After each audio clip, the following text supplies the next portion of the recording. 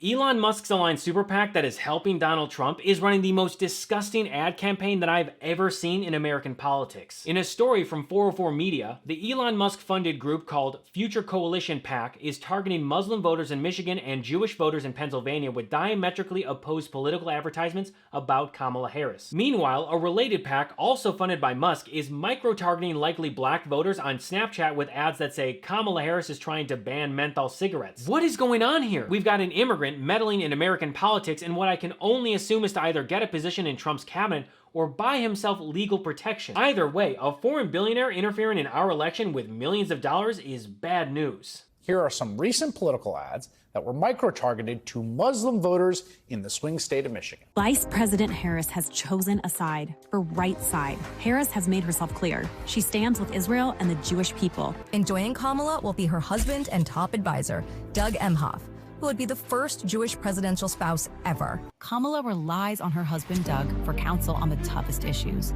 like Israel's noble fight against the radical terrorists in Gaza. And when Doug talks, Kamala listens. Kamala and Doug, America's pro-Israel power couple. That went to Muslim swing voters. Now, that's extremely cynical and I think kind of anti-Semitic, like there's a Jewish puppet behind the woman. Okay. That's one set of micro-targeted ads to Muslim voters. Now, here are some other ads run by the same pro-Trump PAC being targeted to Jewish voters in the swing state of Pennsylvania. Two-faced Kamala Harris is secretly campaigning for Palestine and trying to get away with it. In Jewish communities throughout America, questions are being asked. Why is she running ads pandering to Palestine? We must stand up to anti-Semitism. We say no more. Kamala Harris, stop pandering to Palestine and stand with our ally Israel. This is not only incredibly dangerous, but it's also so gross. You've got two opposing ad campaigns that are lying about Kamala Harris just so they can get people to vote for Trump. And I just want to say, back in July, Elon tried to claim that he wasn't donating or funding a super PAC for Trump after he was exposed for that by the Wall Street Journal. Mr. Musk, are you still going to donate to Trump? Do you still donate $45 million? I'm sorry? At no point did I say that I was donating $45 million a month to Trump. That was a fiction made up by the Wall Street Journal. Sure, Jan. Musk is just one of three billionaires, three people total, 1, 2, 3, who taken together have poured $220 million into efforts to elect Donald Trump. But Musk is unique and uniquely dangerous because, remember, he bought the website formerly known as Twitter. He made it an absolute vector of disinformation and neo-Nazi bigotry, which he sometimes personally reposts and interacts with, all in the name ostensibly of free speech. But, of course, this free speech warrior is now banning reporters and blocking links to news the Trump campaign doesn't like, multiple sources tell the New York Times. As Chris Hayes pointed out, Musk, who claims to have purchased Twitter to save free speech, which we all know to be false, is banning journalists on Twitter from sharing the hacked J.D. Vance dossier. And sadly, there are no new photos of J.D. Vance dressing up in drag. And now the tech tycoon is offering $100 to any registered voter in Pennsylvania who signs onto his petition in support of the First and Second Amendments. Bribing voters might not be 100% illegal, but it is totally unethical. But then Elon Musk held an incredibly cringy, awkward, and dangerous campaign event for Donald Trump. A lot of people on the Dem side will say there's no cheating, and I'm like, you've made it impossible to actually prove that there's cheating. But statistically, there are some very strange things that happen that are statistically incredibly unlikely. So, there's always this sort of question of, like, say, the Dominion voting machines. It is weird that I think they're used in Philadelphia and in Maricopa County, but not in a lot of other places.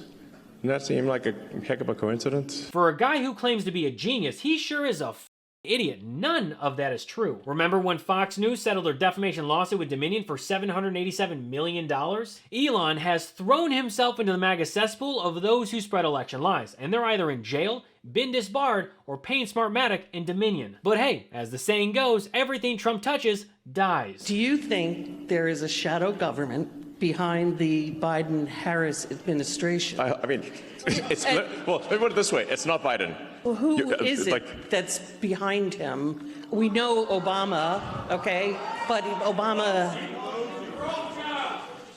I mean, I'm just as curious as you are. It is as far as I can determine, that there isn't any one sort of puppet master. It's more like there's 1,000 or, I don't know, a lot. But it's just obvious that Biden's not in charge. It's obvious that Kamala's not in charge. I mean, they just replaced the Biden puppet with the Kamala puppet. Very obviously. I thought Trump was bad at public speaking, but holy shit, Elon is on a whole nother level. But before we dive into this more, I want to quickly thank today's sponsor.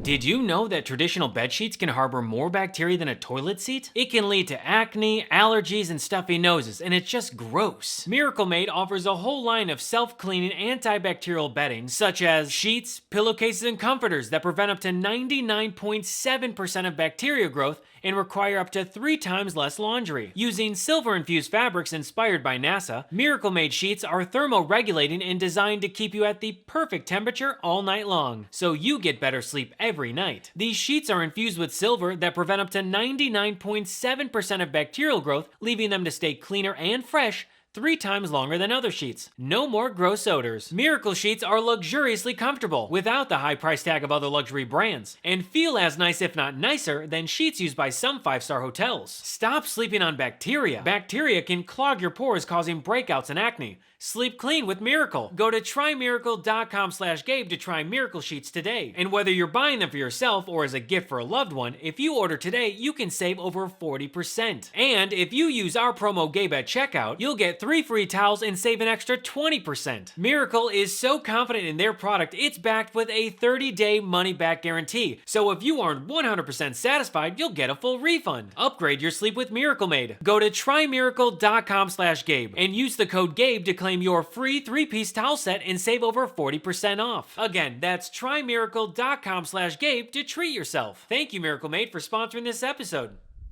Yeah, I think it's not, from what I can tell, it's not one puppet master, it's many, but, interesting to see the crossover between the Epstein client list and Kamala's puppet masters. Also, it's pretty rich that Elon would bring up Epstein when he's been known to pal around with sex trafficker Ghislaine Maxwell and even visited Epstein's house. Look, I'm not saying they're connected, but people in glass houses shouldn't throw stones, especially if those stones involve Jeffrey Epstein. Not to mention the fact that Trump was Epstein's BFF, they'd fly around in his plane, would watch young girls dance at parties at Mar-a-Lago, recently used Epstein's plane for campaign events, and had that weird hesitation when asked about unsealing the Epstein files. Would you declassify the Epstein files? Yeah, I would. All right. I guess I would. I think that less so because, you don't know. You don't want to affect people's lives if it's phony stuff in there because there's a lot of phony stuff with that whole world. Right. Keep in mind, Fox News edited Trump's answer to remove any hesitation, which is funny coming from the guy calling for investigation into CBS for Kamala Harris's interview with 60 Minutes. That would be the same 60 Minutes that Donald Trump cowardly ran away from doing an interview with. Trump backed out. The campaign offered shifting explanations. First, it complained that we would fact-check the interview. We fact-check every story. Later, Trump said he needed an apology for his interview in 2020. Trump claims correspondent Leslie Stahl said in that interview that Hunter Biden's controversial laptop came from Russia. She never said that. Trump has said his opponent doesn't do interviews because she can't handle them. He had previously declined another debate with Harris. Anyway, back to Trump's billionaire conspiracy theorist. The richest man in the world has become a raving reactionary, and he's partnering with Donald Trump, the guy who wants to overthrow American democracy. And Musk is doing everything in his power to get that guy elected. From bankrolling lies to reposting racist conspiracy theories to even working a stage in his own absolutely unbearably awkward way. Now, while Donald Trump has Elon Musk in his corner promoting baseless election lies and dangerous conspiracy theories, Kamala Harris has actual businessmen campaigning with her like Mark Cuban, a guy who knows how business works. In my career, I've learned a lot about business, including how tariffs work. Now, let me just ask you a question. You all know anybody who doesn't know how tariffs work? All right, I'll give you a hint. That other guy. Now, he has this crazy notion that putting a tariff of 60% on every single product imported from China is a good idea. Let me just tell you, this man has so little understanding of tariffs, he thinks that China pays for them. This is the same guy who also thought that Mexico would pay for the wall. So there's no Mexico.